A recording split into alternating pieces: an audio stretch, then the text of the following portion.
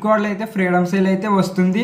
ఇదైతే ఫ్లిప్కార్ట్లో అయితే బ్లాక్ మెంబర్షిప్ పీపుల్ ఉంటారు కదా, వీళ్ళకైతే ఆగస్ట్ 7 నుండి అయితే స్టార్ట్ అవుతుంది. నార్మల్ పీపుల్కి అయితే 8వ తారీఖు నుండి అయితే స్టార్ట్ అవుతుంది. ఇందులో మన ప్రీవియస్ ఇయర్ ఫ్లాగ్షిప్ మొబైల్స్ ఉన్నాయి కదా, Samsung Galaxy S25 and S25 FE, ఇవి అయితే తక్కువ ధరకి అయితే వస్తున్నాయి.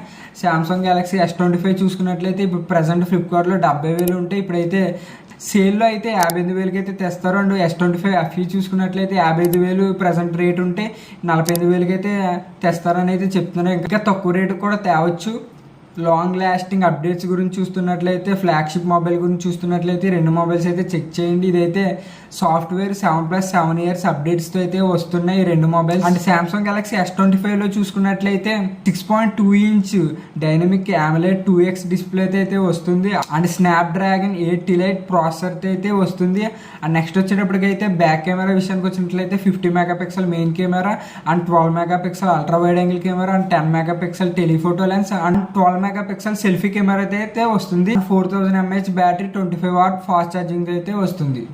అండ్ బ్యాటరీ ఇంకా ఎక్కువ కావాలి, డిస్ప్లే ఎక్కువ కావాలనుకున్నట్లయితే సామ్సంగ్ గెలాక్సీ S25 FEలో చూసుకున్నట్లయితే 6.7 inch full HD plus AMOLED display 2x display అయితే వస్తుంది.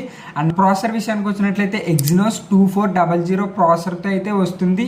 కెమెరా మాడ్యూల్ విషయానికి వచ్చినట్లయితే ఒక టెలిఫోటో లెన్స్లో తప్ప మిగతా అన్ని సేమే ఉంటాయి. చూసుకున్నట్లయితే 50 megapixel main camera, 12 megapixel ultra wide angle camera, 8 megapixel telephoto lens and 12 megapixel selfie camera అయితే వస్తుంది. ఇవైతే మనకైతే ఫ్రీడమ్ సేల్లో అయితే అవైలబుల్ అయితే ఉంటాయని అయితే చెప్తున్నారు.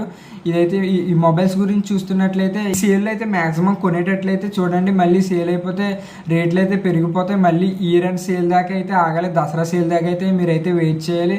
మ్యాక్సిమం ఈ సేల్ అయితే కొనేటట్టు చూడండి. మళ్ళీ అవుట్ ఆఫ్ స్టాక్ అయిపోతే ఆ సేల్ దాకా అయితే ఇవైతే ఉండవు. సో వీడియో నచ్చినట్లయితే లైక్ చేయండి, షేర్ చేయండి. ఇటువంటి మరిన్ని ఇన్ఫర్మేటివ్ రీల్స్ కోసం మన ఛానల్ అయితే ఫాలో అయిపోండి.